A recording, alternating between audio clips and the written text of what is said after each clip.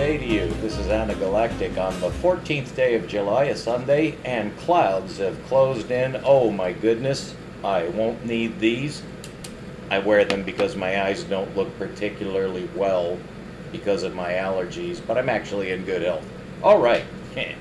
Now what we have been doing is exploring a convergence, part of the synthetic phase of science, which we're in now. At least you and I are in the synthetic phase. Physics is forever locked out because they've blinded themselves. So that's what we're going to talk about today.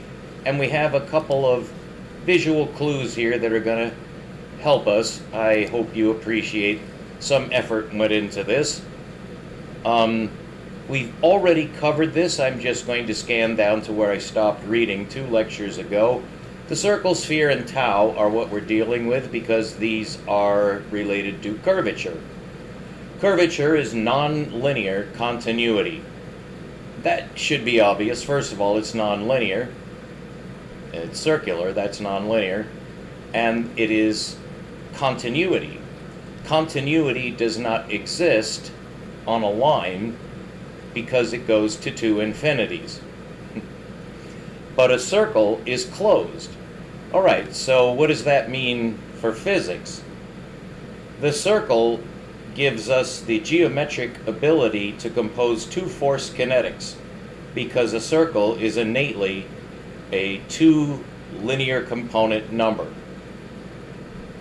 A circle is a number, in a sense. Because it's closed, it's a unit. A line is no such thing. It goes to 2 infinities. The circle manifests another kind of infinity called infinitesimality, which does not exist in the same way on the straight line. Now you may have heard that the straight line can be infinitesimalized, that is quantized, on a smaller and smaller spatial separation. Well, there's a limit to that called the Planck length, which is based on a circular calculation.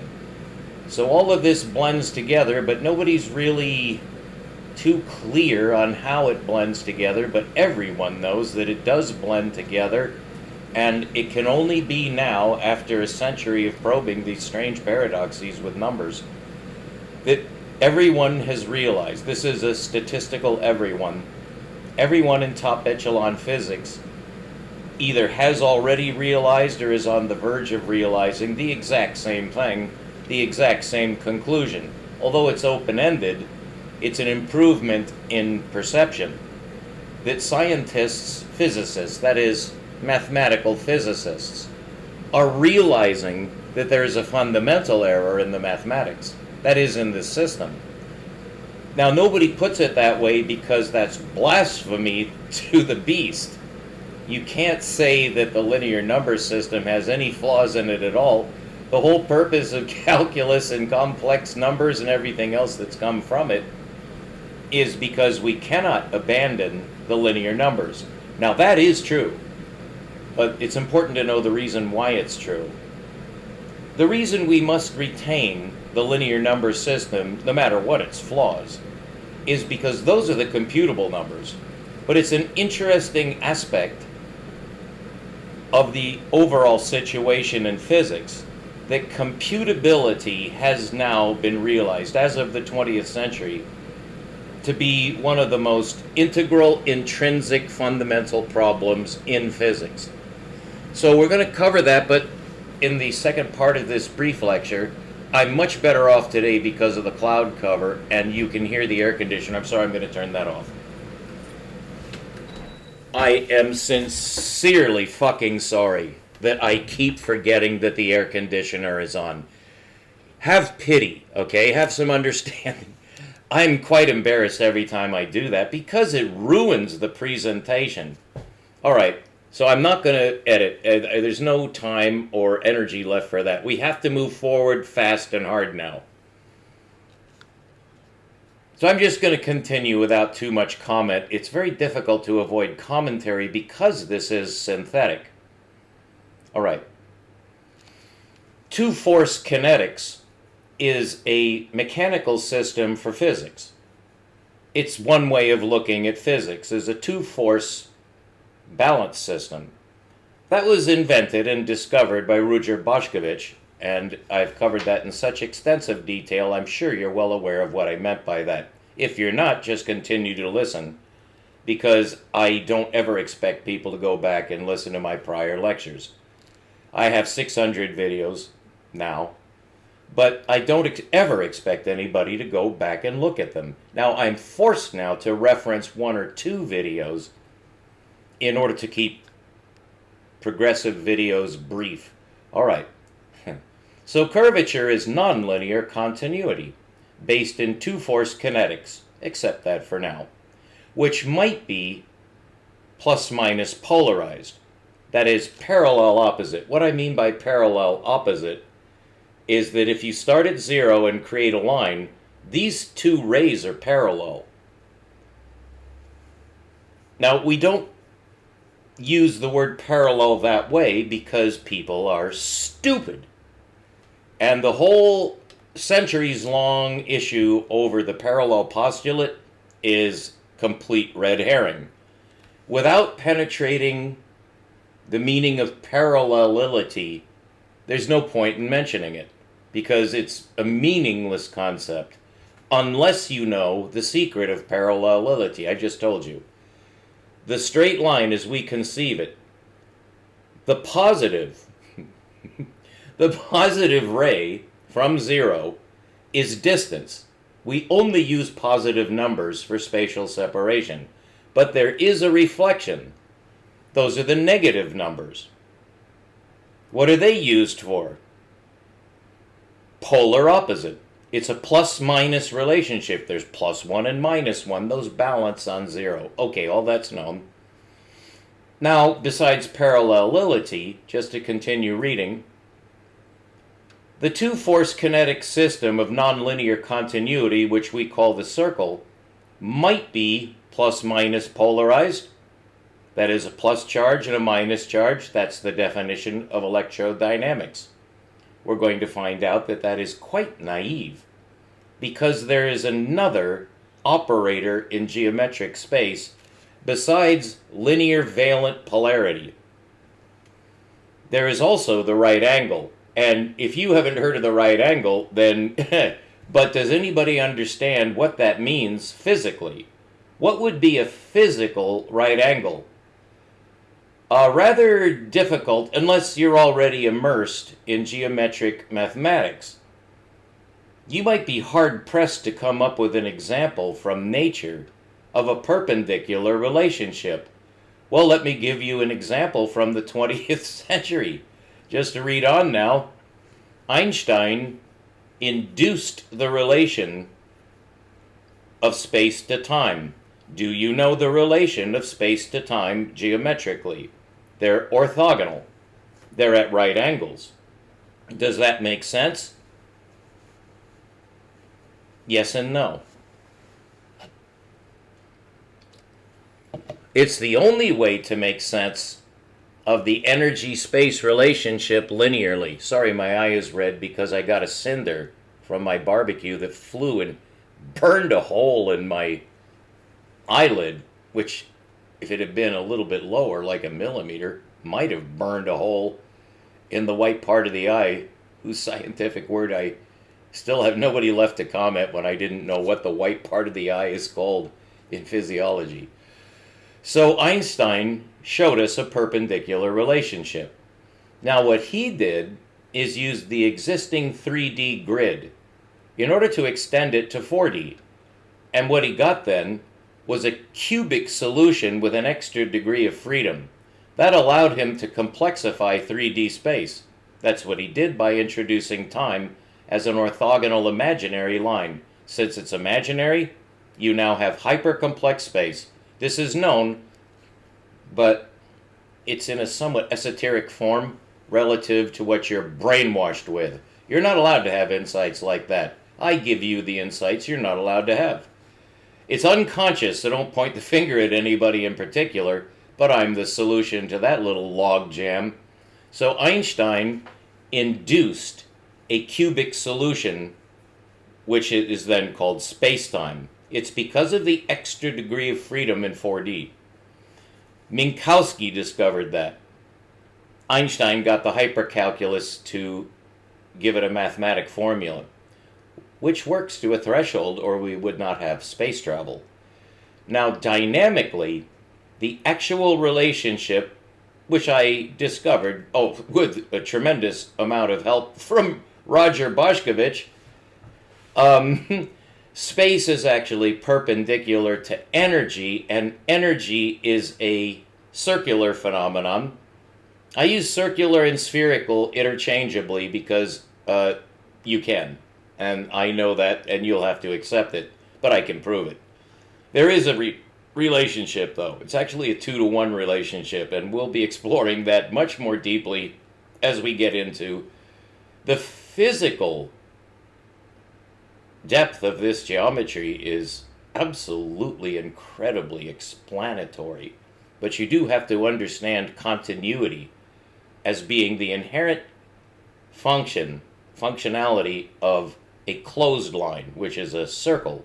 That induces a notion of continuity, which of course the universe is continuous. It's not quantized anywhere. There's no, the quantum jump is an illusion. It's an artifact of linear mathematics. And that can be proved. So we'll get there, but this is a more direct route to seeing the entire synthesis. So I hope this is helping you thus far. It's incredibly deep. Nobody ever probes this way. But there's nothing really mysterious. It's just a matter of insight, deep thought, geometric perception, and the ability to put things together. That's the mark of a discoverer. It doesn't mean that the discoverer will get the right answer. Einstein proved that. Because we're always getting to a new threshold. That's all we can do, because we're finite, okay? So the actual relationship is not space is perpendicular to time. It's space is perpendicular to energy. So space is perpendicular to energy, and in order to find out where time is, because Einstein used time, so it has to be real in some sense. It is. Time is real in a derivative sense with respect to energy. Time has nothing to do with space, although in the final synthesis, of course, it will. But space-time is a complete illusion. A complete illusion. Because where's energy? Well, energy is in there, except it's the integral of time, and that's brought out in the true relationship that space is perpendicular to energy, which is formulable as a 2-component number in 2-component proportional space, which is circular space. Circular space is 2-componency space. So spatial space, we're just calling S, and we're saying that it's a thing. And energy, which is definitely a thing, is a composition in circular space proved by Max Planck, extending the work of Maxwell, that it's frequency wavelength. Frequency wavelength is energy. Energy is frequency proportion wavelength. Those 2 dots, I should highlight this, those 2 dots separating linear frequency from linear wavelength is proportionality. That's a fraction. It's a fraction, but it's not division. A fraction does not primarily denote division. We're accustomed to saying that a fraction implies division. That's ridiculous. Get the word division out of your mind and replace it with the right word. A fraction is a proportion. 1/2 is the relationship of 1 to 2. It's a relationship of 1 to 2. It's not 2 divided into 1. It's the relationship of 1 to 2. If you invert that, it's the relationship of 2 to 1. And we know what to do with that. We reduce it to a linear number 2. Don't do that. Don't ever do that until the last step. It's the same as when using complex numbers. You never reduce the complex numbers to their linear components. You use them in place as complex numbers until the last step. And then you have a complex solution. Then you have to translate it. That's always the last step of a complex number calculation. You get your complex solution in complex space. And then you use the translator, which you've proved is consistent, to translate the complex number, which is one number, into two linear numbers. That's the nature of the complex plane. This is the proportional plane, which leaves behind the complex plane. We'll never need it again because the proportional plane is more real. All right, let's go on. Spatial space is already composed for Einstein, and he simply had it handed to him on a silver platter. Here is your cubic space, Albert. See what you can do with it. Well, he took 3D space, which is linearized space, so it's already been linearized for him. So Einstein got a finished product, linearized spherical space, because he was dealing with a spherical phenomenon called gravity. That is nonlinear. That's spherical. So you need a spherical number system just to express it. Einstein could not figure that out. Nobody had been able to figure that out. Nobody ever would figure it out until I figured it out. So Albert used derivative space, the 3D cubic system,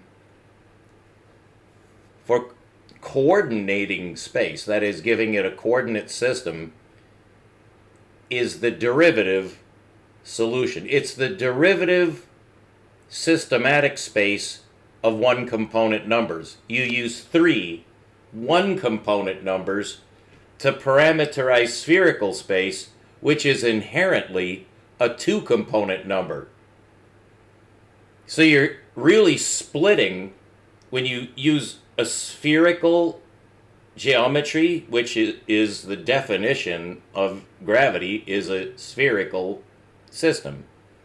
It has a center, the center of gravity. That means that the whole thing is spherical, which we already know, but that's not linear. So here's the nature of the nightmare that we've inherited from Albert Einstein, who is not really to be blamed. Or if you want to blame Albert, blame him for not figuring out what I just figured out. That would have saved a lot of agony. It's too late now. What we actually do in physics, everywhere, is we take a linearized spatial space, which is a derivative system because you're using lines which are derivative objects. I proved that in 2022. So 3D space is already wrong. It cannot possibly serve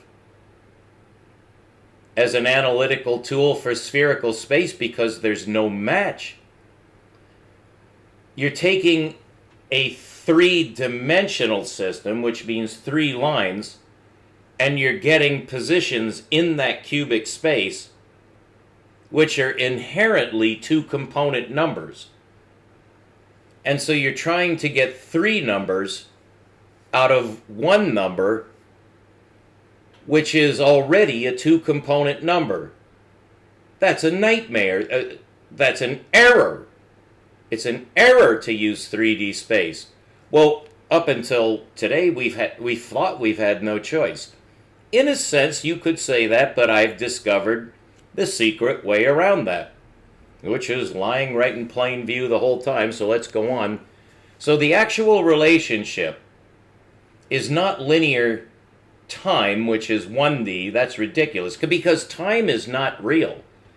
it's not physically real. Time is derivative. So if you're going to say it's real, you must say it that way. It's a derivative reality. If you want to think of time as being one-dimensional, you can do so. How do I know that? Einstein did. He treated time as if it were a one-dimensional space. And by doing so, he used a linear derivative of energy. That's what time is. It's one of the two linear derivatives of energy, because energy has two components, frequency and wavelength. Both of those exist on a closed line. Correct? Of course that's correct. So it's not linear time unless you call it frequency. And on a sine wave, you can then measure this circular component of energy, which is the fractional component on the circle. That's frequency. Frequency is a temporal term, not a spatial term. But wavelength uses the word length. And that is the spatial component in circular space. So you have a frequency component, which is the temporal component of energy, and the spatial component of energy, but both of them are nonlinear. So frequency is nonlinear, but you could treat it as linear, can't you? Well, you have to if you want a number for it, a computable number. So energy is not a computable number, but the two components are. You can break energy down into frequency and wavelength. Well, that's what Maxwell and Planck did.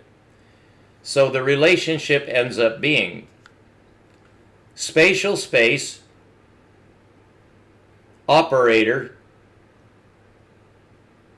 term equals frequency, operator, wavelength, closed term. So it's S op, quantity F op W. We need the operator. I know what those two operators are. That's what we're going to get to. So now we're going to scan forward a little bit and read this to the end. The way that this works, such that you can have operators to take the place of the pipe, that vertical bar is called a pipe. And it's a placeholder for the operator. This operator between frequency and wavelength, I know. It's not usually stated, but it's a proportionality. This is frequency proportion wavelength, which is a fraction. Okay? But it's a spherical relationship. We'll get there. But this whole thing can be composed with a spheric right angle, which I discovered. Bošković showed the right angle exists at the quantum scale. There is a quantum right angle. I discovered that the quantum right angle is a spherical right angle. So it's a curve. It's not a right angle in the traditional sense. But it can be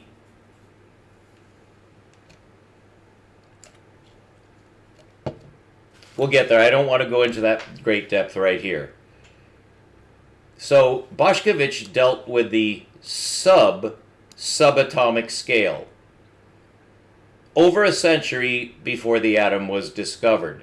So he's dealing with pure dynamics, which is one aspect of mechanics. Dynamics and mechanics are intimately related. They are different, but they are inseparable. And Bošković got it. He got the answer. He got the algebraic answer for what happens when two particles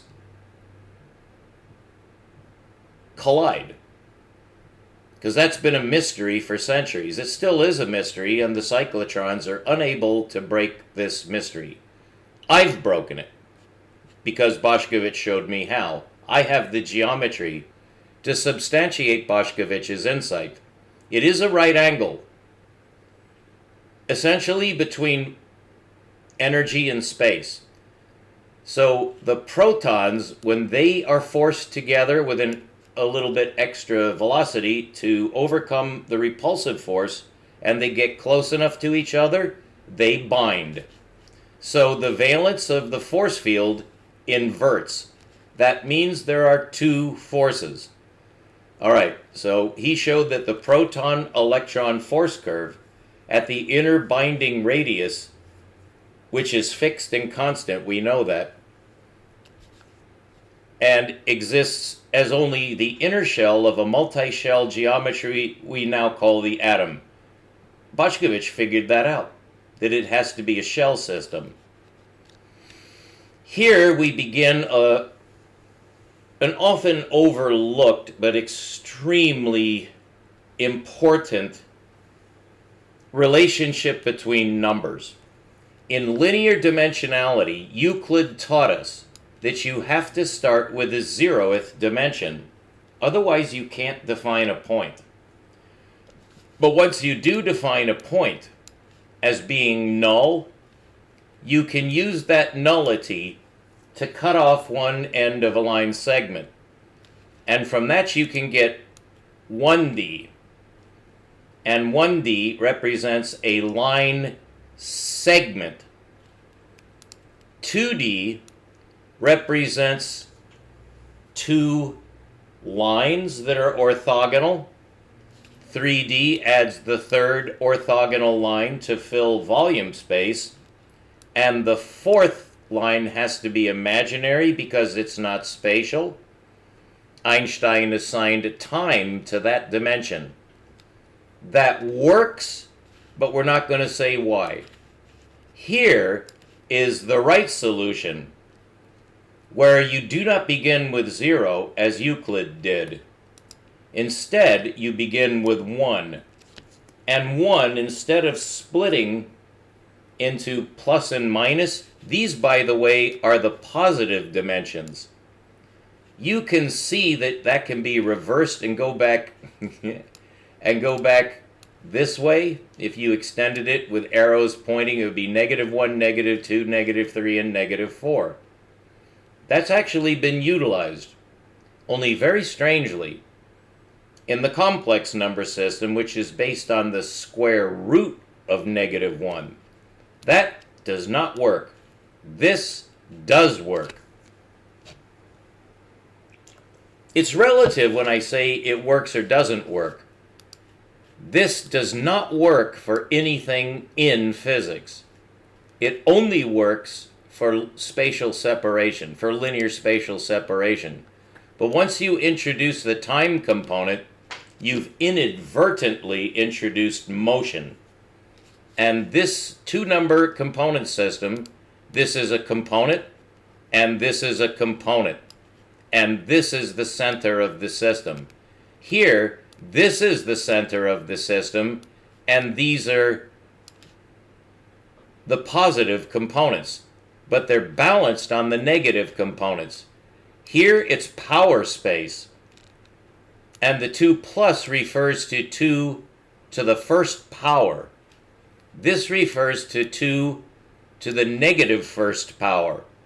These two numbers, this one, that's 1/2, and this number, that's 2, multiply to 1. These numbers, this one and this one over here, which is negative, add to 0. These two numbers multiply to 1. That is the original number system. This is the calculus derivative number system. We're getting there, don't worry. This will all make sense. The composition of universal space can be accomplished on this system, where you use the negative power of infinity to the positive power, this is spherical infinity, and these will multiply to 1. The dynamic system of proton-electron space that we call the atom is founded on a perpendicularity between the two infinities of natural space. This defines the universe. This defines the quantum. Light speed, therefore, cannot be constant. The reason light speed cannot be constant is because it's this number 1.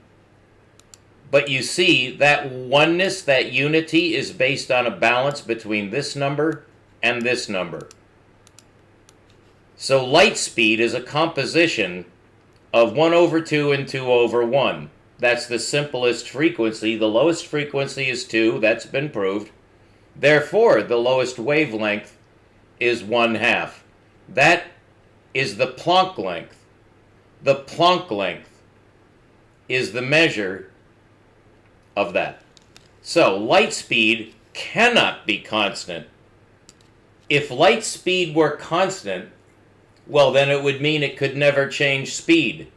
But it does change speed. It changes speed when it's emitted and when it's recovered. It changes speed. The question that's been brought up by Alexander Unziker, based on a 1911 insight of Albert Einstein, is that Einstein first conceived of light speed as having varying speed, but not just in the way I just said, but rather when it's in free flight through space. It cannot have a constant velocity because of gravity. And the reason for that is so profound that no one understands it. They say it without understanding it. Which is what? Well, what we say is that light speed is constant in what I call free space, but which is often called vacuum space, which is a contradiction. But the insight of Einstein, which is thoroughly overlooked, is that the reason that light speed cannot have a constant speed, that why light cannot have a constant speed, the photon cannot have a constant speed in free space, because space is curved. So we measure the speed of light on a straight line. Well, that's a complete illusion. Light speed cannot possibly travel in a straight line. We see light travel in a straight line because we're stupid and we're finite, but mostly because we're stupid. Say light has to be going in a straight line. No, it doesn't. You're not in the space age yet. Space is curved. How is space curved? Spherically. And so time is expressed as a derivative of centrifugal energy. There are two energies. One is centripetal and affects space.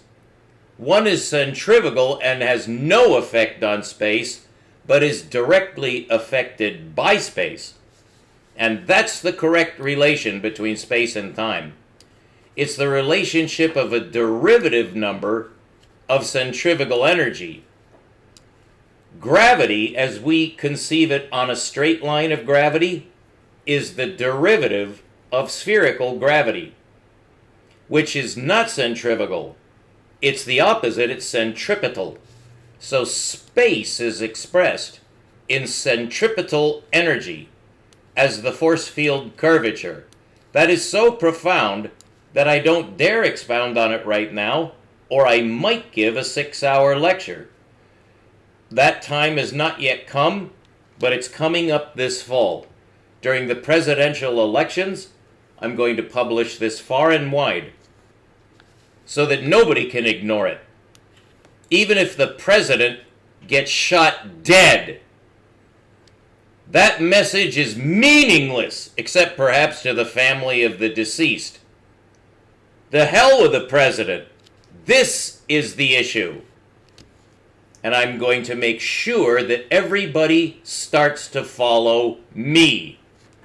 but I will not be following them. Those animals. This election is totally rigged, so I'm going to use it for beneficial purposes. It's like using manure to raise vegetables.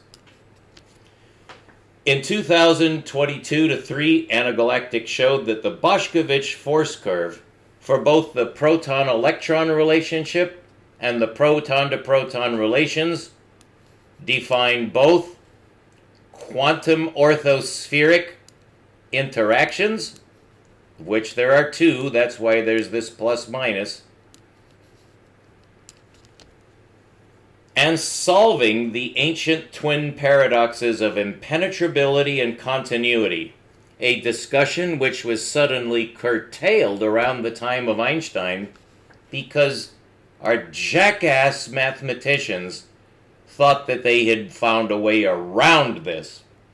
Impossible. Oops, we don't need to see that. And that's from today. Okay. The definition of calculus. This is critical, and we're going to end on this. I'm just going to read this through without comment, although you know that's practically impossible for me. So here we go. Let's see how various methods present calculus. When we say the word calculus, it may be being used as a blanketing term for a set of tools. When calculus is defined as a single thing, it leads to enormous confusion due to the presence of the integral calculus. We need to disregard that. Integral calculus is far, far different from differential calculus. We will completely ignore it for now. It's actually critical to understand what the integral calculus is. It has a very, very important function, but never to learn the calculus. Integral calculus is extremely advanced. In comparison with differential calculus, far, far simpler. So, we begin with the differential calculus. Differential or integral. When we go to define calculus, we mean the differential. We must never refer to integral calculus because that is a different tool that does a different task. Integral calculus is not the calculus. You could say that it is, we will later, but for now, no. Calculus is always introduced on this false note. Takeaway, fuck the integral. Fuck the integral. We need to understand the derivative. This fact proves that teachers never understand the calculus, and because those teachers don't understand it, they cannot teach it. So the very first thing that you must know walking in is that the calculus must be constrained to the differential calculus. That is inviolable. To learn it. So what is the differential calculus now that we've disambiguated the word calculus? It is a tool with extensions. What we want to understand is the fucking tool, not its extensions. Why has not science adapted to this new tool? It cannot be taught right, so obviously no one understands it. The main reason no one can understand the tool or its proper use is that the geometric basis for understanding the tool is ignored, bypassed, and forgotten. That is a problem indeed. So no one teaches real calculus. I will. This implies that we ourselves must discover the true meaning, purpose, and use of the tool. To do so, geometry is the only key. Remember that. Geometry is the key. So what is the geometry of the derivative? The nomenclature investing the tool, even as we have defined it so far, is still indicative of psychosis. First of all, we must deal only with the differential. You might say it's differential calculus, or the diff calc. You don't need to worry about that. The first signal that we've entered the Hatter's Tea Party is the instant bifurcation of terms. That means a split in meaning. The differential is also called the derivative. This is not so much a split in meaning as assigning two different words to the same thing. Why would you do that? Why do you have the word differential and derivative? Here's why. Although these mean exactly the same thing, the two terms are used interchangeably. Well, these mean approximately the same thing. And they're used interchangeably. I say that's a very bad sign. Of course it is, because no one ever disambiguates it. Why use two terms for the same operation? Let's explore this eerie fact. Which is correct, or more correct, or most correct? Do we speak of the differential or the derivative? It is no use going to the definitive authorities, as they typically parrot what the literature has established, which is a nightmare. And here's how it goes. The sing-song anthem of this fake mathematics is this: close as you like, as precise as you like, as close as you please. As you please? Isn't this supposed to be mathematics? Here is your first insight. No, this is not mathematics. It's algebra. So, do we say differential or derivative? If you try to look up the answer, you get a host of gobbledygook circumlocutions, and you are suddenly down the rabbit hole. It had been as if some demonic hand guided the formulation of any aspect of this bizarre tool. Nothing is certain. There is no clear way to start. There is no clear definitive basis for describing the tool. Well, that's called horseshit. Let's get to the bottom of this horseshit. Well, that sounds nasty. In other words, to get rid of the horseshit. First of all, differentiation is a process to get a derivative. However, the word derivative implies a process, derivation. The word derivation must therefore be avoided. The first solid rule in approaching the calculus is that it means differentiating a derivative. Each word has a verbal or nominative form. Derivative, derivation, differential,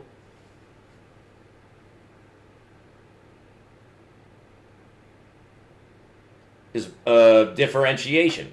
It is important to choose which shall be the verb and which shall be the noun. I have determined the best adjudication for this syntactic problem. The verb is relatively unimportant because you hardly need it. Therefore, the preferred word for the process is differentiation, because that frees the word derivative for the exclusive noun. So that's what we're trying to get. The derivative.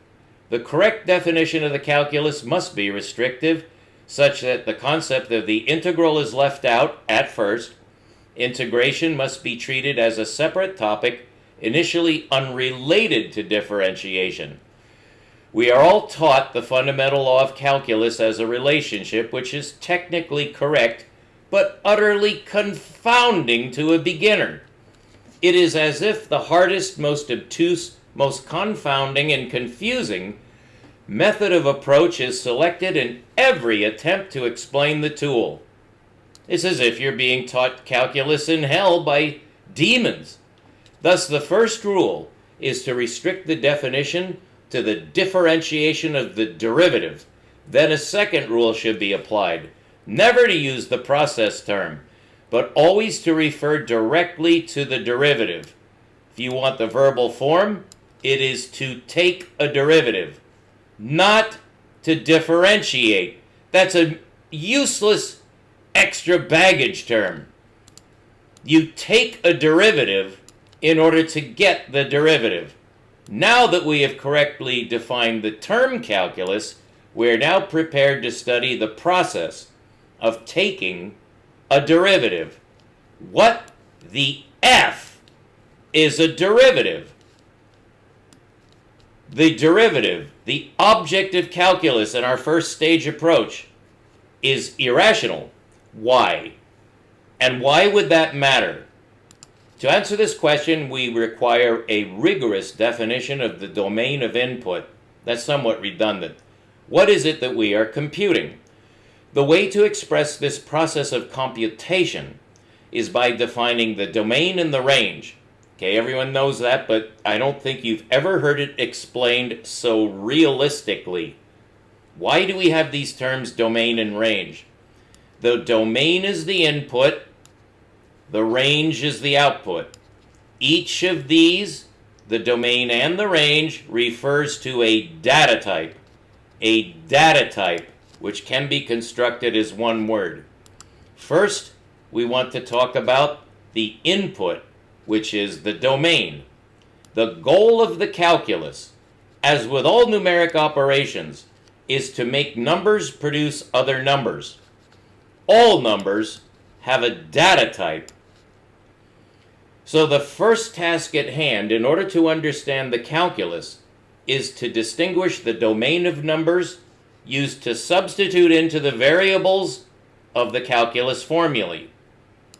Once we know what types of numbers go into the equation, sometimes the text gets a little raspy. The technical definition, let me go back.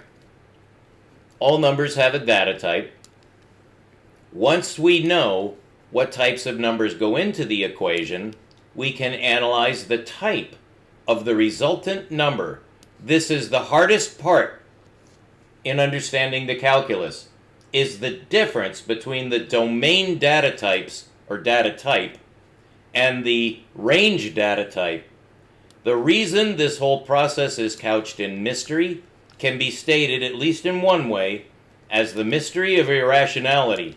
That is actually the correct way to approach it, but that needs explanation. Let's go on. In numerics, or what we call mathematics, all numbers can be classed according to a simple initial rule. A number is either rational or irrational. There is a technical definition of numeric rationality worth knowing, even though we shall apply it in a slightly improved form. The technical definition of a rational number is that it is a two-component number written in fractional form, such that it can be reduced to a one-component computable number.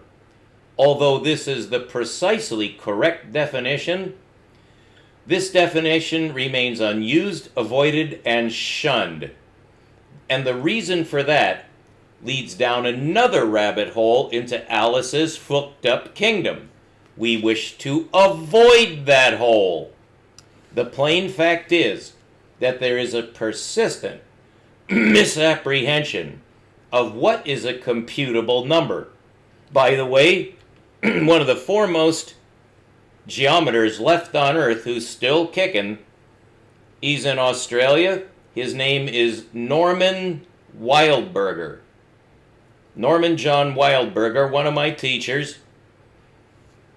And he makes a huge deal out of this and is hated for it, which indicates he's on the right track. What is a computable number? Well, you know, the calculus people have a big problem with what is a computable number. This has to do with fractions, which are two-component relational numbers. It's a little-known fact that 1/3 is irrational. You may know that, or you may be recalling to mind, it was kind of an irritation to learn that 1/3 is a repeating decimal. That means 1/3 is irrational, and a computer cannot represent that number. I know because I'm a computer scientist, so you can take that from me. So just because the two components of a fractional or relational number are whole numbers does not imply that the reduced, that is one component linear number, this means 2 over 1 reduces to 2. Yeah? Well, 3 over 1 reduces to 3, but does 1 over 3 reduce to anything? It does. It reduces to an irrational number. To be rational, the number must be computable, which means computer representable, technically binary representable. This fact has relevance in our considerations at hand because we are now able to give a concrete example of domain and range in algebraic computations. In this case, the domain is always 2 numbers, right? 2 and 1 would make 2 over 1, or you could use 2 and 1 to make 1 over 2. And those are the only 2 ways to compose those 2 numbers together to make a fraction. That's a relation 1 to 2 or 2 to 1. That's elementary. In this case, the domain is always 2 numbers, whereas the range is 1 number. That is a critical insight in your understanding of the calculus. You're trying to take 2 numbers and turn them into 1 number. So in the process, the simple process of fraction reduction, the numerator and denominator, that should be denominator, are computed together to produce 1 number. The fraction is not 1 number. That's what's persistently denied. A fraction is not a number, you might say. Well, is it or isn't it? You have to be more specific. However, that's not really correct. The fraction is a number. A fraction is a number, but what kind of number? That's the lacuna. That means a hole in your head. The proper way to say this is that a fraction is not a 1-component number. As I've been able to prove, a fraction must be called a 2-component number. That is tautological. Well, that's the kind of number derived. You derive a 2-component number, and then you pretend that it's a 1-component number. That's calculus. Thus, the range of the calculus is a 2-component derivative. That is, the output of the calculus is a 2-component derivative. All of this critical insight is obfuscated in every course in calculus. That's what makes it a nightmare. Well, that's the first step in the nightmare. You are trying to relate 2 numbers. You are trying to relate 2 numbers into a 2-component number. 2 linear numbers into a 2-component, a different data type.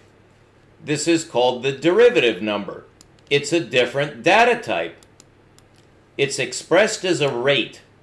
That's very important. Just file that for now. This term rate is profoundly new as it has defined 2-componency. That is, rate defines 2-componency. 2-componency is the data type of rate.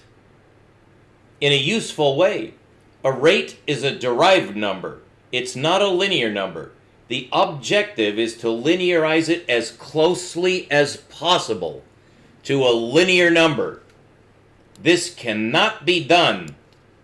That is called the barrier of irrationality.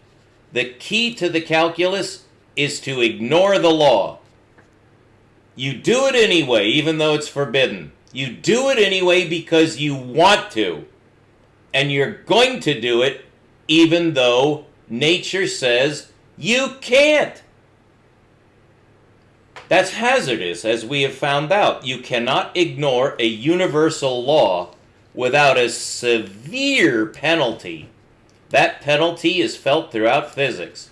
It's because of the calculus. It is being felt today directly in 2 prominent arenas, one of which concerns the differential, whereas the other concerns the integral. We haven't gotten there yet.